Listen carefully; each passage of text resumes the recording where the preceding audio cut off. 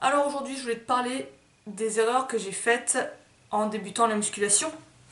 Donc j'ai commencé toujours par la musculation au poids de corps et petit à petit j'ai commencé à rajouter des charges externes. Mais ça c'est un autre sujet. Mais en tout cas, au tout début c'était que du poids de corps. Donc je vais te partager ça. Peu importe, je pense que tu peux très bien faire les mêmes erreurs que moi si tu débutes la musculation au poids de corps que si tu débutes n'importe quel style de sport avec poids. Peu importe. Mais c'est intéressant de voir ça parce que souvent on se rend pas vraiment compte par quoi on passe avant d'arriver au résultat qu'on a réussi à obtenir. Souvent on passe par des chemins qui sont des cul-de-sac en fait. Et tu te rends compte qu'il va falloir que tu fasses demi-tour, qu'il va falloir que tu prennes une autre direction. Et ça, c'est se rendre compte d'une erreur, ça peut mettre plus ou moins de temps. Souvent, une erreur, ce qui va se passer avec elle, c'est que tu vas soit ralentir drastiquement tes progrès, tu vas vraiment limite stagner, ou carrément ça va pas t'apporter de résultat. D'où l'importance en fait d'avoir un feedback. Ça, je t'en parle vraiment en détail dans la formation que j'ai créée, la mini formation qui est disponible juste cette semaine à un prix libre. Donc en gros, tu mettras le prix que tu as envie de mettre dedans. Je le vois plus comme un cadeau, un don, plus que comme vraiment une formation de vente. Voilà. En gros, c'est si tu veux me soutenir, ben, en remerciement de ton soutien, je te file cette formation, cette mini-formation. Donc dans cette mini-formation, on voit comment vraiment débuter en musculation, les conseils, les principes clés. On va pas avoir un programme, le programme ça sera à toi de le trouver ou à toi de le créer, mais on va voir tout ce qui va être autour du programme qui va te permettre en fait de faire en sorte que peu importe le programme que tu choisiras, tu pourras toujours l'adapter à tes objectifs, à ton physique, à tes performances, peu importe, pour toujours progresser en fait. Donc tout ça c'est dans la description. Je te mettrai en fiche également l'explication détaillée de la vidéo d'hier. Parce que là on va directement rentrer dans le détail. Donc les erreurs par lesquelles je suis passée. Première erreur, c'est tout débutant. Lorsque tu n'as pas la vision globale des exercices ou même d'un sport, peu importe, même d'un domaine, ce qui te fait briller, ce qui te, comment dire, qui t'attire vraiment, c'est les skills les plus impressionnants, tu vois, ceux dont peu de gens sont capables de faire. Pour un exemple, ceux qui vont faire du street, de la musculation au poids de corps, ce qui vont les faire briller, ça va être les planches par exemple, les front levers à un bras, les tractions à un bras, les handstand push-up, voilà. Toutes ces figures qui sont un peu plus élitistes, on va dire, que des gens un peu plus avancés arrivent à faire, ça sera ça qui va attirer les personnes. Et du coup, elles ne se rendent pas compte en fait de toutes les étapes par lesquelles elles devront passer avant d'arriver à cette étape-là. Et elles vont vouloir s'y attaquer beaucoup trop tôt. Elles vont en fait se surestimer et attaquer directement les progressions pour atteindre cet exercice qu'ils admirent. Le problème avec ça, c'est comme avec en musculation classique, c'est comme si tu voulais soulever 200-300 kg au squat, mais que en gros tu commençais avec un poids de 100 kg, tu vois. Et le truc, c'est que t'as pas les bases. T'as clairement pas les bases au début pour soulever cette charge, quand tu débutes du moins. Et la différence avec la musculation classique, c'est que tu peux commencer avec. C'est que chiffré, tu vois. Donc, bah, tu te rends compte que t'arrives pas à soulever son client, bah, tu descends. Tu passes à 50, tu passes à 30, peu importe. Et tu augmentes graduellement. Tu vois quelque chose de vraiment chiffré, c'est beaucoup plus visuel en fait ta progression. Là où en musculation au poids de corps, il faut que tu connaisses les progressions. Il faut que tu saches les régressions, quels sont les exercices basiques sur lesquels il va falloir que tu passes du temps avant d'attaquer des exercices un peu plus élitistes. C'est moins visuel, on va dire, tu vois, la progression. Il va falloir que tu te renseignes, il va falloir que tu testes aussi tes performances, tu sauras pas vraiment quel est ton niveau de force réellement.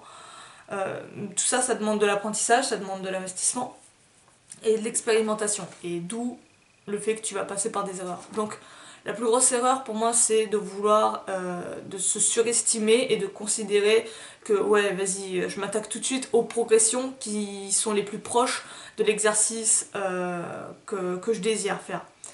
Le truc, c'est au contraire de commencer par la base. Même si ces exercices de base n'ont rien à voir au début avec l'exercice que tu recherches à acquérir. Par exemple, tu recherches à faire de la planche, l'exercice de base à vraiment avoir, bah, l'idée c'est les pompes. Je dirais c'est vraiment ça. Si déjà tu n'arrives pas à faire des bonnes pompes, à faire un nombre de reps assez conséquent, avec une bonne technique, passe d'abord par là avant de commencer à vouloir travailler la planche. Tu vois, il y a plein aussi de sous-exercices sur lesquels il faut consolider tous les muscles avant de travailler les exercices un peu plus élitistes. Donc, ça demande une certaine sagesse, mais ce qui va se passer si tu fais même cette erreur, c'est pas très grave, c'est que tu vas, si t'es assez intelligent et que t'as pas trop d'ego, t'en rendre compte. Tu vas te rendre compte que c'est trop dur, que tu commences à te blesser éventuellement. Dans ce cas-là, tu vas mettre le pied sur le frein et réduire la difficulté, choisir des exercices plus simples. Mais tu perds du temps. Là où directement, si tu commences avec des exercices basiques, très faciles au début, et que tu as augmenté graduellement, tu gagnerais un temps fou en fait sur le long terme. Alors, deuxième erreur que moi j'ai faite, c'est passer d'une technique à l'autre. Donc, c'est-à-dire que c'est plus d'une méthode à l'autre en fait.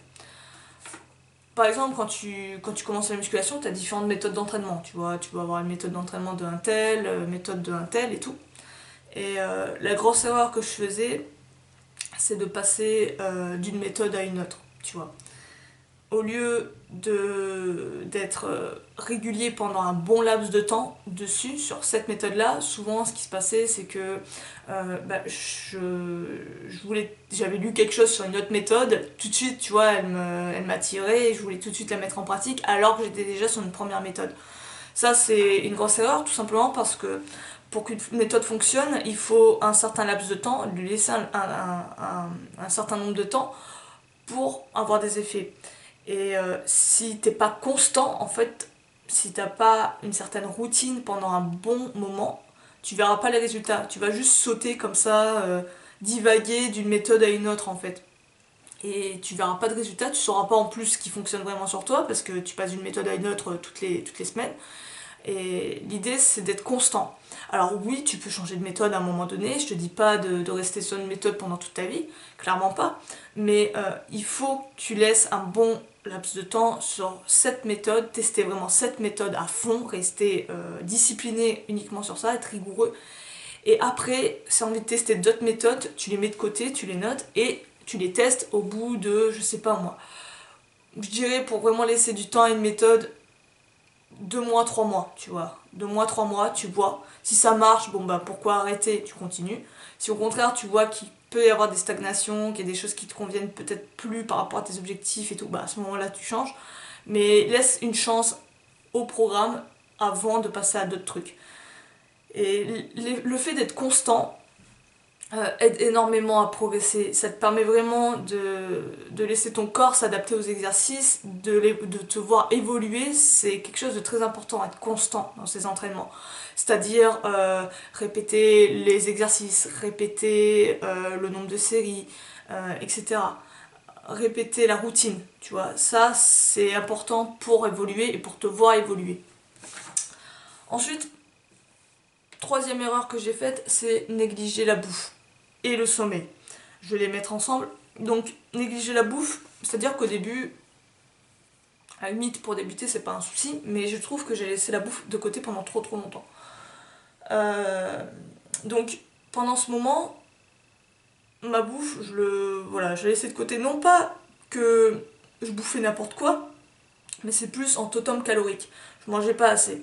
Donc, en termes de qualité, c'est pas ça le problème parce que j'ai quand même l'aspect santé qui est important dans mes valeurs. Donc, j'ai pas négligé l'aspect santé et qualitatif. Je mangeais même peut-être mieux vu que je faisais gaffe à bouffer plus d'aliments bruts que d'aliments transformés. Je me rendais compte du danger du sucre et de quoi ça, les effets néfastes que ça pouvait m'apporter, etc. Donc j'essayais vraiment de cleaner la bouffe. Le seul problème que je n'ai pas pris en compte, c'est la quantité. Et ce qui se passe, c'est que pendant des années, si t'as été habitué à bouffer vraiment peu quand même, de par ton mode de vie, etc., ben, ce qui se passe, c'est que pour bouffer une certaine quantité de calories à la journée, tu galères grave. Et ça, je l'ai vraiment négligé. Il y a que pour te dire, d'ici quoi, il y a 1 an à peu près, où là j'ai vraiment remis j'ai redonné de l'importance à ce facteur-là, qui est la quantité de bouffe, de bonne qualité. La qualité, c'est vraiment primordial. J'avais pas passé par cette étape-là, j'avais déjà fait, on va dire, un changement, depuis un bon moment même. Mais c'était la quantité. La quantité, j'avais complètement négligé ça. Regardez aussi le taux de protéines. Je le fais pas trop. Je regarde essentiellement le taux calorique, le totum calorique. Les protéines, je regarde pas trop pour te dire. Et en fait, en faisant ce changement-là, j'ai réussi à enfin prendre du poids. Là où pendant un bon moment, je stagnais à un certain poids, tu vois. Et j'arrivais pas à augmenter, tout simplement parce que je mangeais pas assez, tu vois. Et tu te dis, ouais, non, mais c'est bon, c'est toi qui as un problème, c'est ton corps, il a un métabolisme trop rapide, machin, donc ça veut pas prendre, c'est toi qui as un souci, je sais pas, t'as pas les bonnes hormones, tu te mets des trucs dans la tête alors qu'en fait tu bouffes pas assez en quantité. Et en changeant ça, en augmentant graduellement la quantité, là j'ai pu voir que ça évolue sur la balance, donc c'est un premier facteur, mais c'est pas le seul. Il faut vérifier aussi si tu prends pas que du gras et pas de muscles. Enfin voilà, il y a plein de trucs à prendre en compte. Mais en tout cas, c'est quelque chose sur lequel j'ai changé les choses et que ça a bougé. Littéralement, ça a bougé. Donc ça, c'est un facteur important, la bouffe. Si toi aujourd'hui, t'as plus un problème sur la qualité de la bouffe, à ce moment-là, il faut peut-être d'abord que tu t'attaques à ça avant de voir la quantité, éventuellement. Mais prendre au sérieux la bouffe, c'est important. Pareil, dans la même lignée, il y a le sommeil. Négliger son sommeil. Je te l'ai déjà dit dans d'autres vidéos, moi mon problème c'est que je me couche après minuit. Et j'aimerais commencer à vraiment me coucher bien avant minuit. Pour vraiment être bien reposée, voir également les effets, même si je dors 8 heures, même plus lors de mes nuits, lorsque je me couche après minuit, euh, je me sens quand même un peu fatiguée. Est-ce que me coucher plus tôt me permettra de mieux récupérer? Voilà, je veux tester ça. Mais en tout cas, le sommeil est important. Beaucoup de personnes aussi dorment pas assez, ils dorment beaucoup avec un sommeil de mauvaise qualité. Ça, c'est quelque chose qu'il faut régler le plus possible. Prendre soin de son sommeil. Essayer aussi de faire des siestes entre l'après-midi, par exemple, peut aider en fait à régénérer le corps. En fait, quand tu es, on va dire, une personne qui fait de la musculation de manière naturelle, ben on va dire que c'est ta seule manière de vraiment bien récupérer et créer de l'anabolisme. Si tu défonces ton sommeil, c'est un sommeil complètement décalé, etc., pas réparateur, que tu es agité lors des nuits, tu récupères pas vraiment bien. Il faut expérimenter, il faut essayer de prendre soin de son sommeil, de l'améliorer le mieux possible.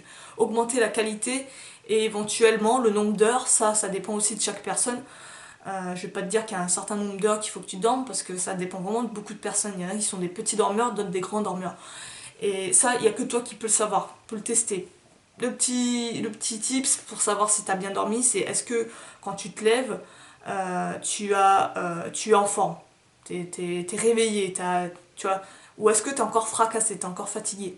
À ce moment-là, tu peux te demander si tu es fatigué, est-ce que j'ai assez dormi ou pas, enfin, ou est-ce que j'ai bien dormi. Pareil, si dans la nuit, est-ce que tu te réveilles ou est-ce qu'au contraire, tu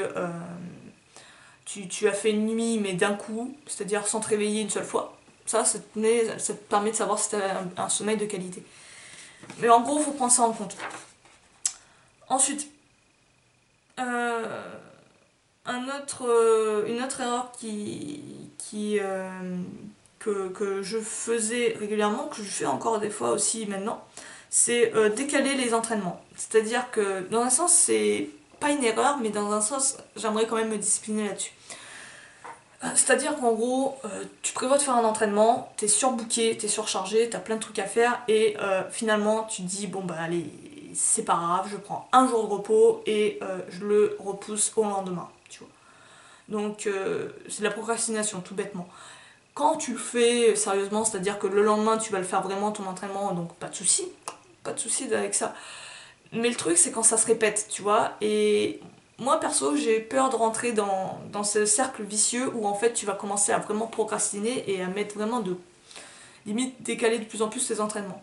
Le problème avec ça aussi, c'est que tu niques la fréquence d'entraînement dans ta semaine.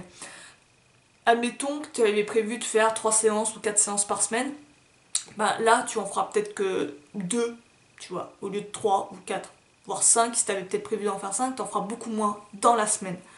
Et des fois, moi je me suis rendu compte pour progresser sur certains exercices, etc., la fréquence était extrêmement importante. Donc en général, travailler un seul muscle par semaine, je trouvais que ça me ralentissait mes progrès. Alors que les travailler 2 à 3 fois par semaine, d'où la raison que je fais maintenant plus des full body que des splits ou ce que tu veux, me permet en fait de travailler de manière plus fréquente mes muscles et de voir une évolution plus rapidement. Et le fait de décaler ses entraînements t'empêche de ça, tu vois, ça te met un bâton dans la roue sur la fréquence d'entraînement. Ça, c'est une erreur que je fais. Mais pourquoi? Tout simplement parce qu'il y a un manque de discipline, il y a aussi de la fatigue éventuellement, de la paresse, donc peut-être il y a un problème au niveau du sommeil qu'il faut améliorer, de la récupération, peut-être aussi un problème d'organisation, genre si tu te lèves pas assez tôt, tu as d'autres trucs qui s'accumulent, t'as pas le temps de faire les choses que tu avais prévu de faire, du coup ça te déborde sur ta séance d'entraînement, il y a plein de trucs comme ça, tu vois. Et ça, c'est quelque chose que j'aimerais résoudre aussi. Dis-moi d'ailleurs si t'as peut-être ce problème-là. Ensuite, la dernière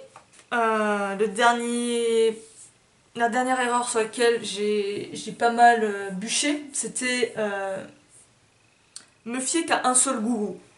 Alors, quand je dis me fier qu'à un seul gourou, je parle de quoi? Je parle des méthodes d'entraînement. Alors moi, quand j'avais débuté, je t'ai dit, j'avais débuté avec la méthode de l'entraînement des détenus. Et quand tu lis la méthode de l'entraînement des détenus, en fait, avant, t'avais pas tant comment dire, de références en poids de corps, tu vois. En termes d'enseignants, t'avais pas grand monde, surtout en français, en fait. À l'époque, pareil, sur internet, t'avais pas des trucs aussi développés que maintenant. C'était pour trouver des infos, laisse tomber, c'était la misère. Petit à petit, ça s'est développé au fur et à mesure. Mais par exemple, en poids de corps, je crois qu'il y avait que la fée et après il y a eu Coach Wade qui est arrivé. Donc il y avait peu de références. Le problème avec ça, c'est que ça ferme ton monde. Quand tu lis Coach Wade, tu te rends compte qu'il est quand même assez radical et qu'il rejette. T'as vraiment cette sensation qu'il rejette beaucoup le poids, le travail avec charge externe. Peut-être qu'il n'avait pas accès à ça ou il doit avoir d'autres raisons, mais voilà, il rejette quand même bien les charges, limite il crache sur la gueule des bodybuilders, etc. Et le problème en faisant ça, en te fiant uniquement à écouter un seul coach, ben, c'est comme s'il te disait, moi j'ai la vérité, écoute-moi, j'ai la vérité. Les autres c'est de la merde. Si tu fais ça, tu vas te défoncer. Si tu utilises des poids, tu vas te blesser, c'est obligé. Tu vois, et en fait, c'est pas forcément la réalité. Tu peux avoir d'autres personnes, comme par exemple Brooks Kubik, qui lui utilise des charges externes et qui a l'air d'être en forme. J'en sais rien, après ça se trouve il est blessé de ouf. Mais utiliser des charges externes, utiliser une méthode d'entraînement, et c'est dommage de se priver de ça. Juste parce que on pense que un de nos coachs nous a dit qu'il fallait absolument pas faire ça. Ça nous ferme. C'est un peu comme des religions, tu vois. T'as une religion, elle va te dire ouais, fais ça, mais par contre tu fais pas ça, tu vois. Du coup, tu vas être complètement dedans, mais tu vas pas essayer d'avoir un œil un peu plus ouvert sur ce qui se passe à côté, sur d'autres modes de pensée, d'autres façons de faire. Et tu peux, par exemple, louper une superbe méthode qui te permettrait peut-être d'avancer encore plus vite, d'évoluer encore plus vite. Pareil, dans Coach Wade, tu verras qu'il te résume beaucoup les choses à 2 séries ou voire 3 séries par exercice et qui dit que ça suffit largement. Je me suis rendu compte qu'à un moment donné, passé un certain level, t'as faim et t'en veux plus, t'as besoin de plus même pour évoluer, pour avoir un physique assez volumineux. T'as besoin de beaucoup plus de volume d'entraînement dans une séance. Et ça, si tu restes complètement figé sur une seule méthode, tu vas pas faire le pas d'aller vers d'autres méthodes. Tu vas être complètement bloqué. Tu vas pas avoir l'esprit de curiosité non plus. Tester. Donc ça, c'est une erreur que j'ai faite pendant un moment. Je me fiais qu'à Coach Wade, j'appliquais la méthode Coach Wade, ok. Puis petit à petit, t'as vu qu'il y avait d'autres méthodes, d'autres personnages qui étaient intéressants aussi dans leur façon de faire et tout. Donc du coup, tu te dis, ah, je vais peut-être tester. Et la clé, c'est ça, c'est tester. Donc, t'es pas obligé d'écouter un tel et un tel, tu l'écoutes pendant un moment. Si tu te dis, ouais, machin, c'est de la merde et tout, par contre, fais pas de points, hein, c'est dangereux, ou ah, le poids de corps, c'est de la grosse merde, c'est pour les tapettes, bah, ok, tu l'écoutes, mais va voir un peu chez le voisin comment c'est, pour voir si c'est vraiment ça la réalité, et teste et vois si tu peux pas tirer du bien des deux parties, tu vois, si on peut appeler ça de partie. Pareil, c'est dommage aussi d'être assez, comment dire, radical sur seulement une méthode et pas une autre. Pourquoi en fait c'est comme les arts martiaux en fait, tu vois. Moi, dans les arts martiaux, je trouve ça con qu'il y ait des styles. Tu vois, t'as le Jeet Kune Do, t'as le Taekwondo, t'as le karaté, t'as le Jiu-Jitsu, t'as tout ça, t'as le Muay Thai, etc. Pourquoi pas faire comme le MMA, où tu rassembles tous les sports et t'essaies d'être bon un peu dans tout, quoi. Tu vois, et que t'as pas vraiment d'école. Ce que tu veux, c'est juste être bon dans un mouvement, en fait. Qu'est-ce que c'est les arts martiaux? C'est un mouvement qui te permet de péter la gueule à un autre. C'est juste ça, c'est un mouvement. Quand tu regardes de manière objective, c'est juste un mouvement. Alors pourquoi ce mouvement-là, il va être plus karaté et celui-là va être plus boxe? C'est débile, tu vois. L'idée, c'est d'arrêter de mettre des étiquettes sur des mouvements, littéralement, et bah, les prendre en compte, les tester et les pratiquer sans forcément être de telle ou telle école. Si t'as envie de pratiquer, tu pratiques. Tu t'en fous que ce soit du judo, du karaté, machin. Tu vois, moi c'est plus cette philosophie-là que j'ai, aussi bien dans les sports de combat que maintenant en musculation, où ouais, ben il y en a qui disent ouais le crossfit c'est de la merde, machin, ouais le bodybuilding ouais, c'est de la grosse merde, machin, culturiste. Bah, teste, vois un peu ce qu'ils font. Peut-être des trucs intéressants à prendre chez eux. Ouais, utiliser des charges externes c'est pas terrible, machin. Bah teste, vois. Il n'y a que ça en fait. Toi, ton but c'est de devenir fort. Donc, essaie d'être fort un peu importe les moyens, essaie de pas les juger, mais teste-les et vois si ça fonctionne sur toi.